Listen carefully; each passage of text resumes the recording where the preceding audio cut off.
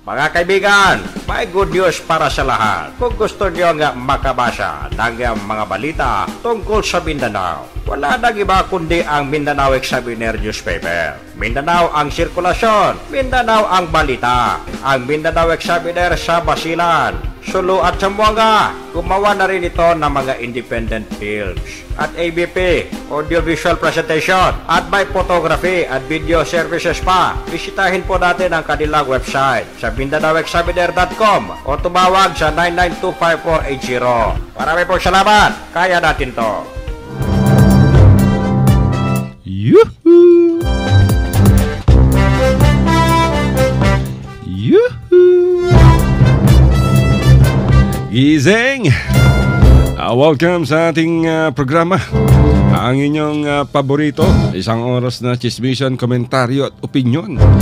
At huwag niyong paniniwalaan ang aming mga sinasabi. Dito lamang sa Radyo Mindanao, Radio Philippines Network, RPN dito po lang sa Zamboanga City. At tayo napapakinggan sa malaking bahagi ng Mindanao. At napakainit dito sa studio, wala bang payong. Ito po yung inyong balingkod, Alazindo, nagsasabing isang napakagandang hapon sa inyong lahat. At ang aking kapartner, si Abelardo. Okay, mayong hapon sa mga sa lahat. Mayong hapon sa mga naminaw karong panahuna, karong hapuna. Makabibihag ang kahaponan mga kaigsunan. O diri sa Sudan, Zamboanga, medyo init mga kaigsunan. Napan dito sa mua, lapok gihapon. Anyway, asa mo karon na mo sa balay, na sa inyong tugkaran, na sa laod, na sa bukid, na sa syudad.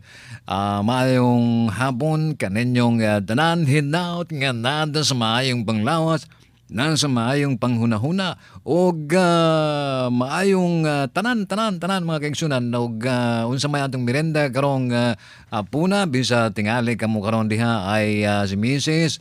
na diha sa balay, si Manang, na si Babo, nag-andam na og mga merenda para sa ilang mga anak, para sa ilang mga apo, unsa ba mga bisita, og mayong hapon kaninyong tanan diha. At syempre sa mga nakikinig sa atin ngayon sa Basilan Province, Sulu, Tawi-Tawi, Sabah, Malaysia, yung mga OFWs dyan, mga illegal immigrants na nasa Sempor ng Tawaw, nakatune in sila sa atin. Mabuti na lang may mga shortwave radio, yung kanilang mga transistor. At syempre sa Zamboanga, Sibugahay, Zamboanga del Sur o Zamboanga del Norte, sa Pagadian, nakikinig sila sa atin ngayon. At syempre sa Cotabato City, Sultan Kudarat, Takurong, Coronadal, Kidapawan. Dami. Hindi na, mahirapan na kami banggitin lahat yan mga kaibigan. Pero alam kong nakikinig kayo sa amin. Dahil marami ang nagtitiks. Hello Irene, Mama Chup Chup. Ay, yung amin napakagandang sekretary dito, sayang at meron na nauna sumusundo, grabe. Wala na tayong chance. Ay nako mga kaibigan, napakainit. Pero mainit pa rin ang mga balita. Kahapon pala nagkaroon ng malaking pagtitipon dito sa Zamboanga City. Dyan sa Martian Garden Hotel, Martian Business Center. At aabot yata sa mahigit 200 na delegado mula sa iba't ibang lugar sa Autonomous Region in Muslim Mindanao at sa Zamboanga Peninsula upang dumalo sa isang orientation and membership seminar na ginawa nitong President Rodrigo Roa Duterte National Volunteers Foundation in partnership with the National Interfaith Council of the Philippines, headed by Bishop Ruben Lambohon. At syempre kasama ang kapatiran Kristiyano at Muslim Pilipino nagkakaisa para kay Duterte o kakampi ni Duterte, na pinamumunuan naman mga kaibigan ni Chuck Salapudin, ang kanilang Secretary General. Itong dalawang grupo, ito yung talagang sumusuporta dito kay Pangulong Duterte, lalo-lalo na yung kanyang kampanya. Galing yung mga delegado sa Basilan, Sulu, Tawi-Tawi, Maguindanao, Lanao del Sur, Lamitan, Isabela, at sa Zamboanga, Sibugay, Zamboanga del Sur, ug Zamboanga del Norte, Duterte, Duterte, Du-31, Du-32, Du-33. Oh, yeah. At maganda at medyo mahaba-haba yung kanilang seminar. At sa kahuli-hulihan ay naglabas din sila ng isang manifesto na nagtutulak kay civic leader at negosyanteng si Yusuf Mando mula sa Basilan, isa tong true-blooded yakan upang maging sekretary ng National Commission on Muslim Filipinos. Itong si Yusuf Mando. Alam niyo naman, pati yung itong si Bishop Lambohon at si Chuck Salapudin ay puring-puri dito kay civic leader Yusuf Mando. At inendorso rin nila ito, si Mando. At gumawa pa sila ng isang liham, dated kahapon to, Enero 5, at naka-address kay Pangulong Duterte. At nakakuha tayo ng kopya ng kanilang liham dahil kinover yata ito ng Mindanao Examiner Regional Newspaper. At sinasabi ni Bishop Lambohon at Chuck Salapudin na si Mando, being a peace advocate at respected businessman and an interfaith leader, has done it all. Has done it all. Sabi pa sa liham niya, naka-address sa Malacanang kay Tatay Digong. In all he does, Brother Mando exemplifies honesty, religious tolerance, and public service. Brother Mando will use those sterling qualities to create a better NCMF that is responsive to the needs of the Filipino Muslims and even non-Muslims as well. Brother Mando needs you, Mr. President, and we from Mindanao need Brother Mando. Wow. Sino ba tong si Yusuf Mando? I'm sure kilalang kilala to siguro sa Basilan. At itong balita ay ginawa ng inilabas ng Mindanao Examiner Regional Newspaper sa kanilang website sa MindanaoExaminer.com. At ito ay naipost alas 6:46 kagabi. At umabot na, mga kaibigan, sa halos 7,000 ang nakabasa ng balita mula nung alas 6:46 kagabi. Dami talaga nagbabasa sa website ng Mindanao Examiner, brother. Basta Mindanao Examiner, numero 1 ko na siya. Din is Mindanao. Tibok ka Pilipinas mga kaigsunan. Kanang kamay ramang god. Dili ubang mga boy ba nga kining bulyo madago kayo ba? Daghang kaig sulod-sulod niya. Murag maglisod tag pag-abre kay mga tagang ang uman. So, mao na ginapili sa mga ubang mga mambabasa kining newspaper nga Mindanao Examiner kay kinaham gina sa mga igsuon nato diri sa Mindanao kay gusto sila masayod unsay mga kalihukan, unsay mga chismis diri sa Mindanao og diha lang gina nila mabasa ni ining newspaper nato nga ga-circulate diri sa Mindanao nga ginahimo diri sa Mindanao mga kaigsunan kining Mindanao Examiner. So, matod pa sa atong balita nga naay mga pagtipon-tipon katong miaging adlaw gahapon nga diri sa Zamboanga City diya sa Marchand Hotel kung asa nga gilang gipasiugda ang pagtipon-tipon na sobra ka mga 5 kagatos ka mga tao no ang mitambong diyan ang seminar para pagsuporta sa atong kining pinalanggang presidente si Presidente Duterte mga kaigsunan o ilapaganing nahimong murag ating ilang presidente ba to o ilang leader nga si Mr. Mando nga taga Basilan mga kaigsunan o basig na una pagka naay mga seminar lang gipa si ugda gahapon o paningali may pa kining especially kanang mga ingon silang pagsuporta kang presidente bahin nining mga programa sa atong presidente dinhin sa tuwa mga kaigsunan aron pod nga ang tanan makamasayon ang tanan matabangan sa atong presidente nga aron pagpakuan kining mga unsa ni kining mga programa kining mga illegal drugs kining mga corruption kining mga unsa-unsa pa mga dili maayo nga panghitabo dinhi sa atuwa mga kaigsunan so ining interesado ang atong mga kaigsunan nga mo suporta jud sa atong presidente aron kinsa man po'y dili nga sugod kitang tanan magmalipayon kitang tanan ang atong komunidad ang atong Mindanao o ang atong Pilipinas sa whole mga kaigsunan kanang peaceful siya walay samok walay problema di ba so usa na ang mga katawhan nga diri sa atuang sa Mindanao nga may suporta sa atong presidente. Kana ba, di ba?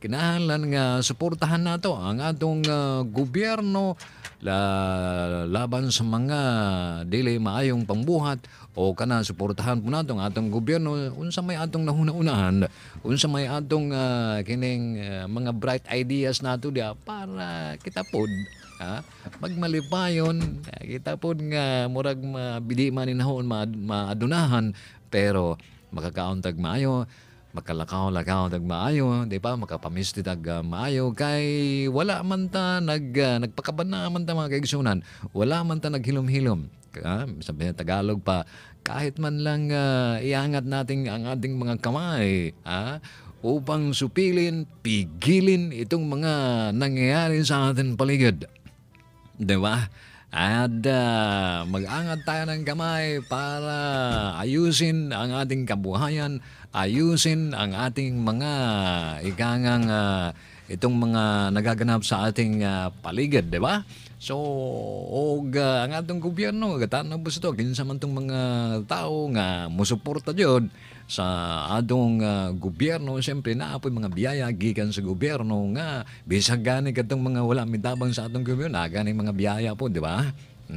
Naganin sila, giyatakan po sila mga unsa-unsa diha, giyatakan sila panginabuhi, kanalang pagkuan sa kanalang pag unsa ni kining pagkuan sa mga diha sa mga mangingisda nga na problema nila na bongbong unya na manikop diha ang atong mga kapgo o barangay tanod ba unsa ba diha naanan sila kapatrolyan mao na tabang sa atong kagamahanan nga aron kita mangisda wala may samok daghan tag makuha dili kay mangisda da diha unya pagka walay makuha kay na may bongbong na ay dinamita da na mga illegal fishing diyan sa unsa lang man mga kaigsunan di ba nanasayon ba ta kita wa ta mitabang sa atong kagamahanan pero nagmaayo ta unsa may gitabang sa tuwa kanang mga pulis na mga bantay dagat diha ni sikop niya ng mga nag-illegal fishing diha mga kaigsunan di ba so muna mao nang nahitabo po diri sa Sambuanga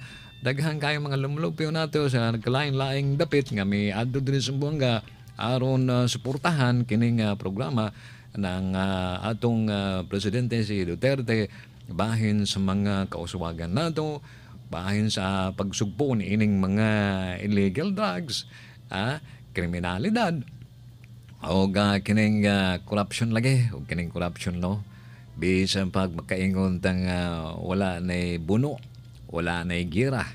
Pero kung napalang gihapon ka ng korupsyon ay pastilan, hugaw pa sa hugaw mga kaigsunan, maulang gihapon mapobre ta. Kitang mga lumulupyo ang mapobre noon. Ang dato mas lalong madato, ang pobre mas lalong mapobre. Kaya lagi na sila ang kwarta na gatrabaho na sa gobyerno o asa bang dapit diha o niya corruption nga nagpungko lang papel lang ang midagan o naanay kwarta dayon di ba o nakita mauna ingon sila nga mga wanta mo wadto patag gawas munulod tag tindahan munulod tag balay pero kana sila gapungko ra na sila pero ang kwarta na ubog dayon na mao nang usa ka problema po nato diri nga angay supuon sa atong mga otoridad, di ba? Tama. Bueno mga kaibigan, busy-busy yung Lamitan City ngayon mga kaibigan. Dahil dumating itong si ARMM Governor Mujib Hataman at pinangunahan yung handover ng bagong construction mga kaibigan ng mas pinalaking pier na nagkakahalaga ng 150 million pesos. Wow. At naroon din si Engineer Soler Undug, yung Basilan District Engineer. At ayon sa kanya, itong port expansion na proyekto ni Governor Hataman ay may 80 meters ang haba. At ang lapad naman ito ay 20 metro. At makakapag-accommodate na to mga kabigan ng mga roll-on, roll-off na mga barko o yung mga row-row. Row your boat gently down the arm. Mahalaga tong ganitong mga infrastructure project. Lalo-lalo na sa Lamitan City, sa Isabela, o kaya sa dahil itong mga barko, ito yung nagdadala ng mga sasakyan, nagdadala ng mga truck. Upang maibiyahe ang inyong mga agricultural products, ang mga pasahero, ang lahat ng pangangailangan. At ayon naman kay Governor Hataman, ang proyekto ay nanggaling sa Public Works and Highways, Department of Public Works and Highways sa Autonomous Region. At bahagi ito ng 2016 infrastructure project. Actually, nagsimula to noong April 2016 at kaninang umaga ay na-turn over na to sa pamahalaan ng Lamitan City. Sa ilalim nitong si Mayor Rose the Beautiful Furigay. Asawa ni Mayor Urig Furigay, mga kaibigan. At marami ang dumalo dyan sa naturang handover. Alam niyo naman, itong Lamitan ay napakahalaga. Napakahalaga para sa Basilan. At sabi nga ni Governor Hataman, magkakaroon ng magandang at malaking impact ito sa ekonomiya. Hindi lamang ng Lamitan, kundi maging ng buong Basilan. Yes. Siyempre, pag may mga roro na yan, mga barkong roro, di bukod sa Isabela, pwede silang dumiretso sa Lamitan. Yes, kasi kung walang roro o kaya hindi kaya ng pier ng Lamitan City itong pagdaong ng mga roro boats, sa Isabela pa sila. From Isabela, itatravel pa nila ng ilang oras. Ng ilang oras yung kanilang mga cargoes. So, lubhang mahirap. At pero dahil sa naturang proyekto ay lalo pang napalaki ang pier dyan sa Lamitan City at lalong it will hasten, mga kaibigan, the delivery of services at magiging effective at efficient na to. Yan ay ayon kay Governor Hataman. Pero kahit hindi naman sabihin ni Governor Hataman yan, talagang yun ang magiging resulta ng ganitong klaseng proyekto. At nagbigay din ng mga CCTV o closed circuit television o kaya mga surveillance cameras dyan sa Lamitan City Port. At ito ay kinumpirma rin, mga kaibigan, ni Alan Pisingan. Siya yung tumatayong Regional Ports Management Authority's Assistant General Manager for Operation. At napakaganda ng proyekto dahil makikinabang dito ng maraming mga negosyante, mga mamamayan, mga biyahero dyan sa Lamitan. In general sa Basilan Province na bahagi naman ng ARMM. Alam nyo naman, ang ekonomiya ng Lamitan, mga kaibigan, ay nakabase, nakaangkla sa bigas, tabako at bawang. Ang daming bawang dyan, kaya walang aswang na pumupunta dyan. Bukod sa bigas, tabako at bawang, ay marami ring mga kopra, goma at kape. Kahawa, ay naku, napakasarap. Napakasarap ng kape, ng basilan, parang kape ng lupa sug. Napakasarap ng kahawa. Ay, good afternoon pala kay Sulu Governor Toto Tan.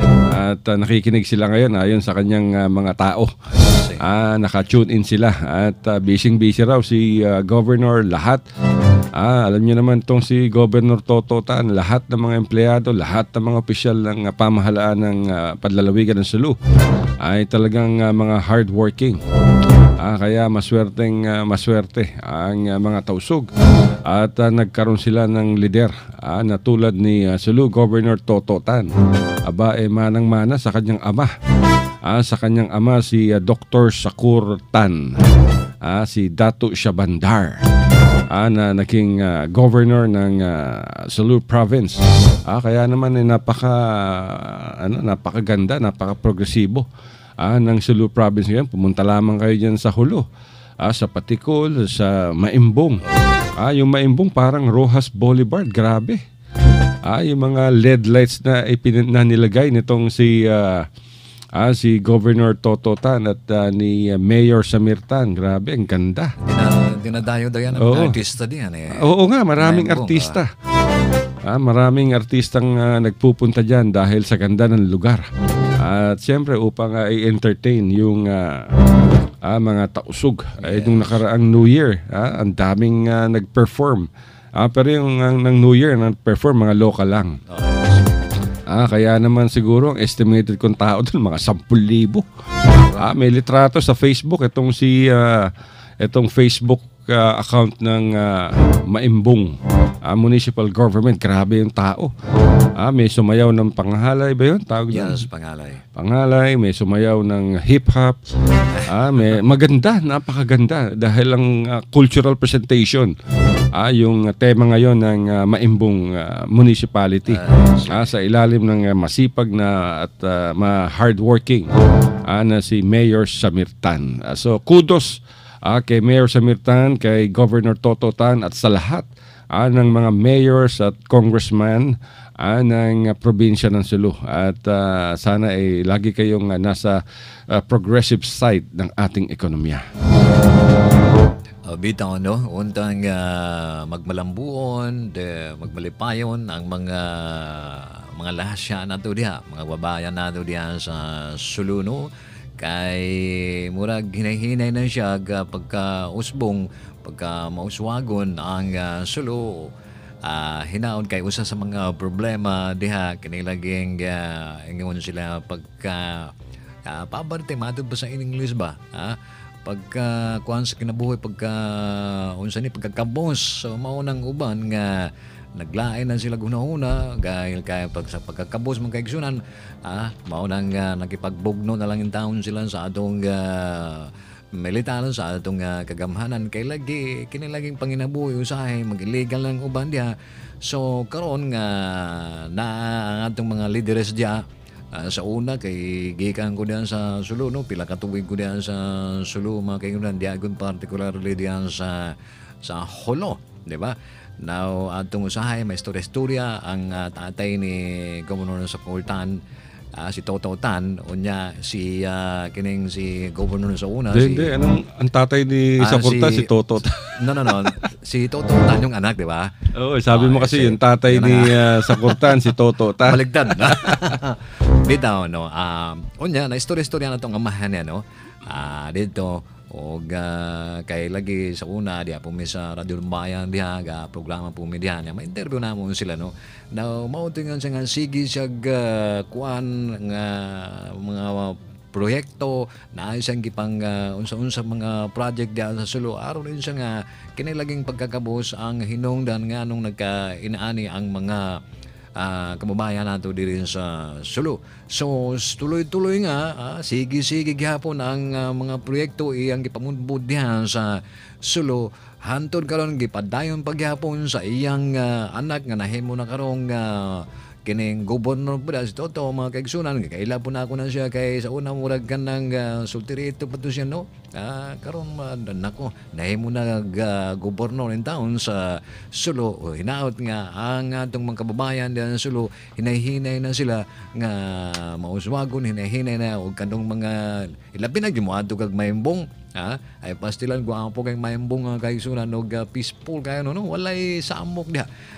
Apa na may mga samok po dito kayo sa bukid lahiw na kayo dili pa lang sa una diha jud sa baybayon diha jud sila mag gira sa atong mga militar ug ang mga busaya ug mga laing mga rebelde diya magkita ganin sila diyan sa baybayon hala maggira na po na niya magbakwit na pong mga tao so pagkakaroon murag dili na kayo murag hapsay-hapsay na gamay no murag hapsay-hapsay na gamay unya ang katong mga prutas lagi diha kay daghang kay prutas na mga gustin durian usay mga bulog na lang na sa ubos mga bulog na lang na diha sa taas kay sa man hindi mahadlok na atong mga tagiya mahadlok na atong mga sibilyan dito moadtog bukid so sa pagkakaroon daw ay pastilan na sila pwede na silang mukuha sa ilang mag-harvest sa ilang mga prutas diya lami ka namang mangustin diya no o kanang durian lagi lami ka kaysa laing dapit nga diha native man na siya diha sa Sulo so mao po na ang ilang gipanghambog diha kining durian o mangustin o naapay mga daghang mga prutas diya naapay mga unsa ni kining lansones ay pastilan lami po na siya o tamis-tamis ang lansones diyan sa Sulo mga kaigsunan so mauna nga hinaot nga sa pamamagitan ng bagong leather dyan or kasi panahon pa yan ng tatay niya no hanggang ngayon ay talagang umuusbong na ang pagka-asenso ng Sulo and siyempre pagang magaling po ang leader di ba magaling ang sila katong pamunuan siyempre katong mga sanga musuhit po na dito magaling po naghihapon mga siyon tanang mga mayor diha nila di ba tanang mga mayor po diha misuporta sa ilang gobernador sa karon mga kaigsunan kay nawapad kaadto sa lawaing dapit no wa ta magkaadto siya si pod murag asenso na po lang siya si karon mga kaigsunan kay nagdugay-dugay po ta diha siya sige tag lakaw-lakaw diha alos nga tanang probinsya o tanang munisipyo diyan sa Sulo ato naman ang naikot-ikot ato na naikot-ikot diha na labi na jud kani mayembong ay pastilan asenso asenso gwapo na kay mga mayembong mga kaigsunan hinaon nga ang ubang pong munisipyo diha gwapo daw ma-peaceful Kaya basta masipag yung mayor at talagang pinagtutuunan ng pansin yung kalakal at pangangailangan ng mga tao, yan ang ating aasahan. Pero mga kaibigan, commercial muna tayo. Mga kaibigan, may good news para sa lahat. Kung gusto nyo nga makabasa ng mga balita tungkol sa Mindanao, wala nang iba kundi ang Mindanao Examiner newspaper. Mindanao ang sirkulasyon, Mindanao ang balita. Ang Mindanao Examiner sa Basilan, Sulo at Zamboanga. Gumawa na rin ito ng mga independent films at ABP, audiovisual presentation at may photography at video services pa. Bisitahin po natin ang kanilang website sa MindanaoExaminer.com o tumawag sa 9925480. Marami pong salamat. Kaya natin to. RPN Radio Philippines Network Radyo Ronda Triple X Zamboanga Member Kapisanan ng mga broadcaster ng Pilipinas.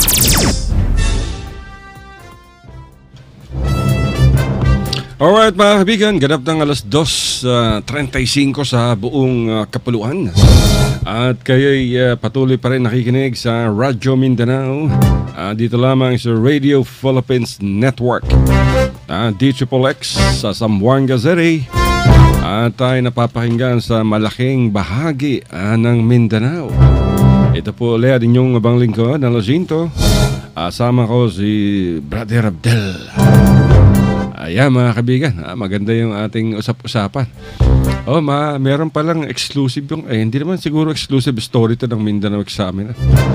Pero ito yung kanilang banner yata, ang pagkakaalam ko, sa Lunes.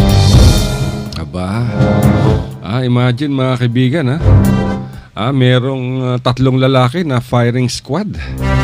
3 lalaki na umano'y guilty sa pagpatay. Nahatulang mamatay sila. Ang humatol sa kanila ay ang Moro Islamic Liberation Front. Naku po. Firing squad sila mga kaibigan. Ng mga rebelding Moro Islamic Liberation Front members. Diyan to nangyari sa Lanao del Sur. Naku po. At nakilala yung mga napatay o mga pinatay o mga na-firing squad. Na sina alias Patrol, Sabar at Udi. Ayon sa ginawang storya ng Mindanao Examiner Regional Newspaper. At makikita nyo to mga kaibigan sa MindanaoExaminer.com. Puntahan nyo para mabasa nyo at may mga litrato. Grabe. May mga litrato yung 3 lalaki nakatali. Nakatali sa mga kawayan. At nakataas yung kanilang mga kamay, itinali sa mga kawayan, nakapiring ang kanilang mata. At yung mga nag-firing squad, lahat nakaitim, naka-bonnet at naka-automatic rifle. Parang mga ISIS. At ang nagmamando sa kanila, nako, napaka ano nito napaka kilalang kilala to mga kaibigan.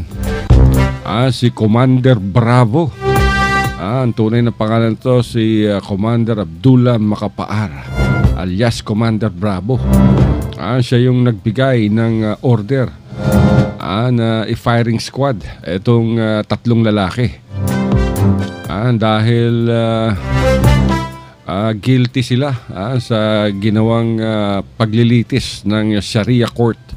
Ano ba to? Sharia o Sharia? Sharia. Sharia Court ng MILF at kinabibilangan to ng mga ulamas, ng mga matatalinong may alam sa Islam. At yung pamilya mga kaibigan ng pinatay nitong 3 ay naroon din. At habang nakikiusap yung pamilya ng mga akusado o mga itong 3 lalaki doon sa kanilang pamilya ng kanilang napatay, hindi pumayag yung babae. Dahil buhay ang iyong kinuha, dapat buhay rin ang maging kabayaran.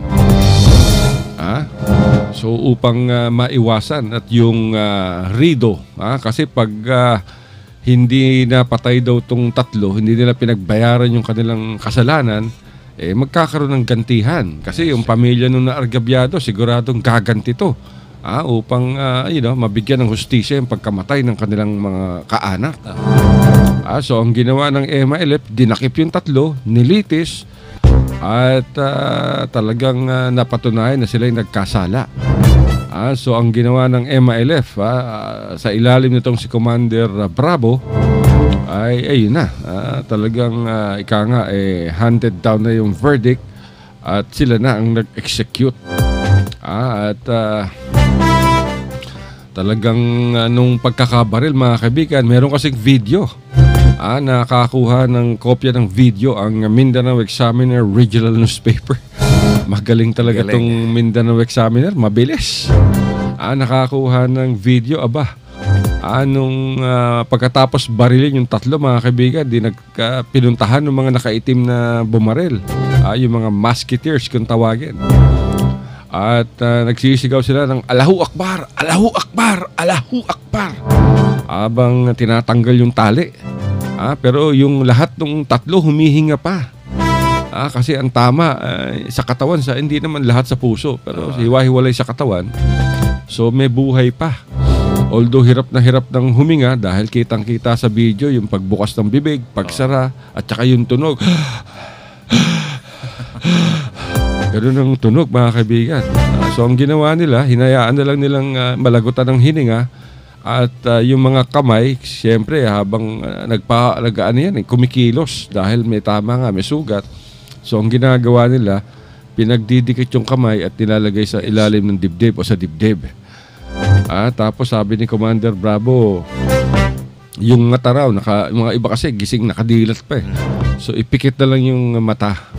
At binigyan din ng respeto kahit na namatay sila o na-execute sila by firing squad or musketry.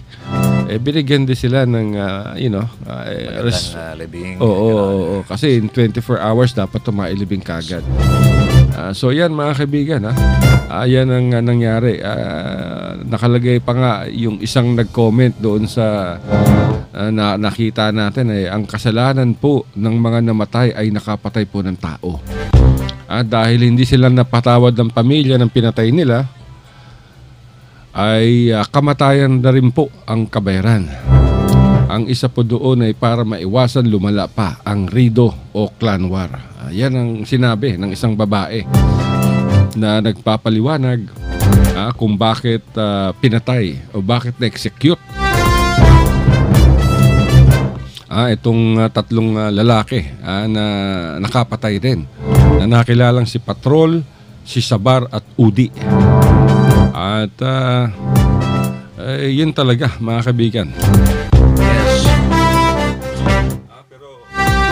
Pero wala naman naging opisyal na pahayag dito ang Moro Islamic Liberation Front.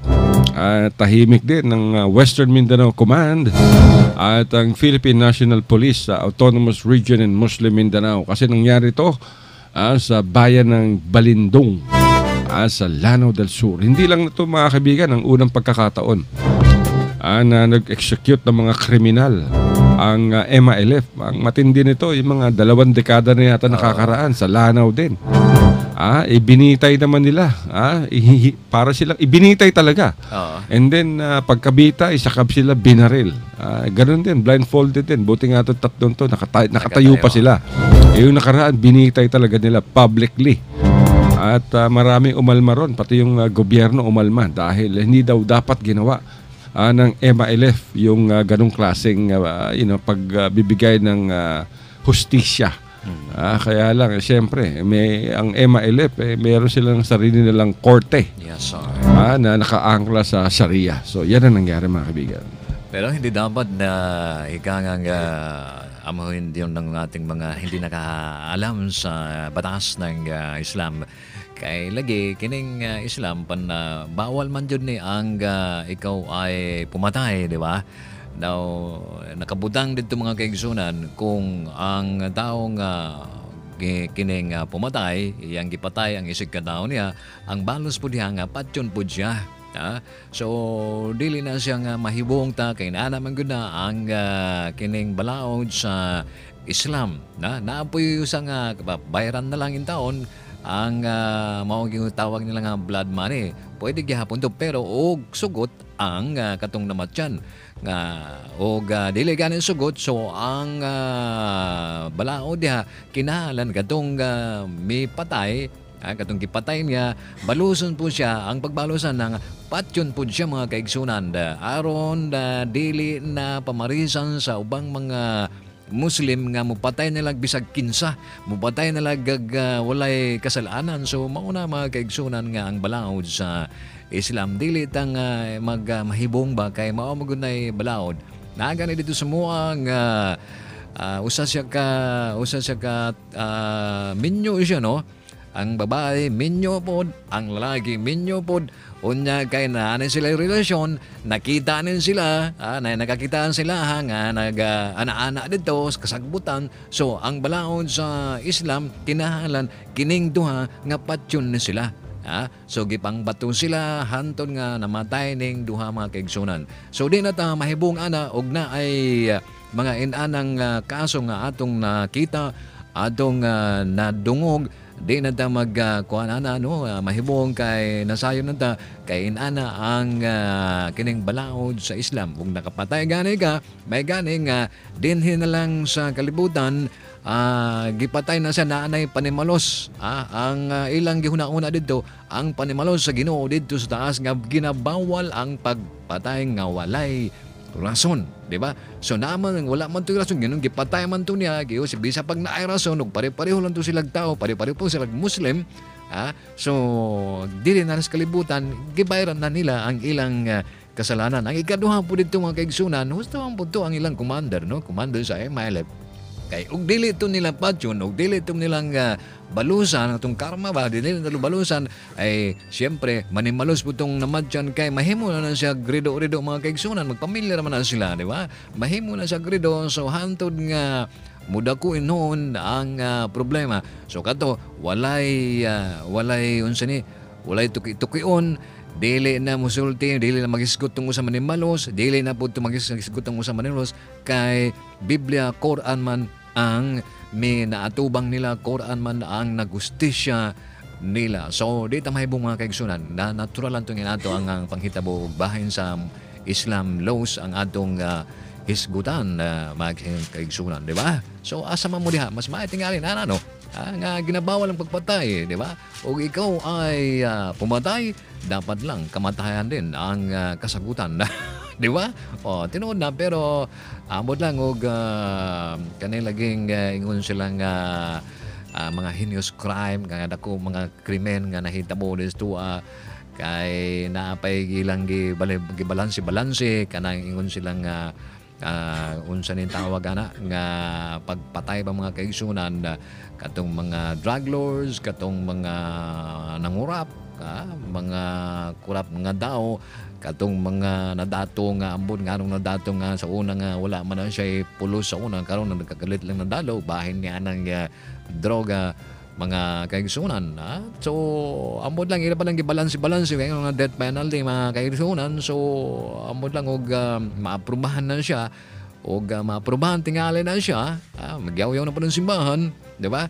So aprubahan gani na siya na mas maayo tingali aron nga dili na makapanghilabot, dili na kining uban nga mohimog daodan, maghimog mga unsa-unsang ikakwarta lang nila kay mahadlok naman sila o masikob sila, masakpan sila, patay man ang hustisya para nila, di ba? O siyempre ang atong balaod di po na magpataka og kining ingon sila nga patyanan ninyo kay nakasala na siya pero naa pa lang gyapon hustisya aron nga katong mga walay kasalanan dili po magmahay, dili maangangil ni anang mga ingon sila nga death penalty. Katulan jud katong mga nagkasala sa atong gobyerno, nagkasala sa katawhan mao tong i-appeal dito sa mga ingon sila nga isalang nga ng death penalty, di ba? Naapay mang rape diha, naapay gi-rape pa jud, gipatay pa jud na so appeal na tingali diha sa mga ingon sila nga dakong krimen nga appeal diha sa ingon sila nga death penalty. So mauna so di ta kining unsa ni mangutana nga anong inana man ang mga Islam, nga man ang Muslim ug ang ilang mga balaod patyon manggod kana bitaw og pananglit mangawad ka. Ang balaod sa Islam ug mangawad ka, putlan ka og kamot, di ba? Og pananglit po masaykop kung pagkanuwa-tuwa ka nag-ana-ana di speakers, una dili na nimo asawa, imo lang ng uyab-uyab, hala bunalang ka 100 times hantun mamatay ng kanang nag-ana-ana di speakers. Labi na jud kanang mga minyong silang duha. Una nasakam na nasikop, nasakpan silang duha, patay gihapon mga kaigsunon. So dili na ta mahibong ana nga nahimo dito sa MILF dito sa ilahang ilang firing squad ang nakapatay. So aron wala na daghang istorya, di ba? So hinaon nga naalang kamo diha mga kaigsunan nga naminaw sa atong tulmanon kining Radio Mindanao din sa kusog nga estasyon din sa Zamboanga kining RPND XXX. Alright.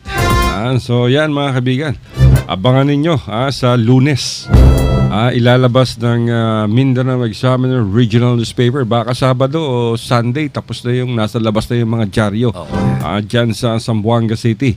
At by Monday, nasa buong Davao City na ang Mindanao Examiner Regional Newspaper at available yan mga kaibigan sa Coronadal, Kidapawan, Panabo, Digos, saan pa ba? Cotabato City, napakalakas. Sa Cebu City, meron din Mindanao Examiner Regional Newspaper sa Quiapo, dyan sa labas ng Islamic Center. Ang problema lamang dyan sa Islamic Center, pagbagsak ng dyaryo, kinabukasan ubos na. Ayan, namumblema yung examiner, Mindanao Examiner. Kailangan nilang magpa-deliver uli ng dyaryo. Kasi uhaw na uhaw yung ating mga kababayan dyan sa mga balita, dyan sa Islamic Center. Ating gustong-gusto nilang marinig yung balitang galing sa Mindanao. Nako, wala na tayong oras, brother. At patapos na naman. Nalalaki na naman yung butas ng ilong ng aming PA dito. Si Ninyo Karandang. Paalam na tayo. Hindi natin na-contact si Brother Danny Quarteros ng Jesus Miracle Crusade. Siguro sa Lunes, tignan natin. Ay mga kaigsunan, kutob na lang din among tulumanon, mga kaigsunan, hinaot nga na hatagan namong kamong mga impormasyon nga magamit nato kada adlaw sa atong panginabuhi o kinahanglan nga kita kaya kanabang ingundan mato ba sa English nga pirmi nga aware mga kaigsunan sa pagnaagi ni atong tulumanon kining Radyo Mindanao. Kini lang gihapon si Abdel di sa manamilit na og mayong hapon kaninyong tanawon. Alright, daghang salamat kanimo, Brother Abdel. At siguradong Sabado, bukas, labada. Wala tayong programa at labada yan, oras ng paglilinis. Nandito sa atin yung taga-e-media. Paalam ka ba?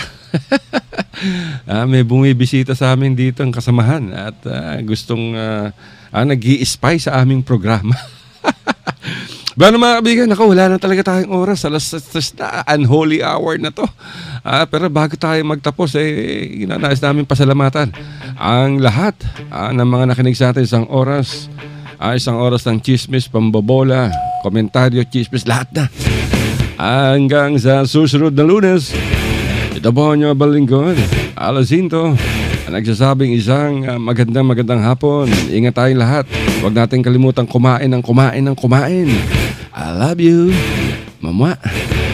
Chup chup. Take care. I'm coming back again.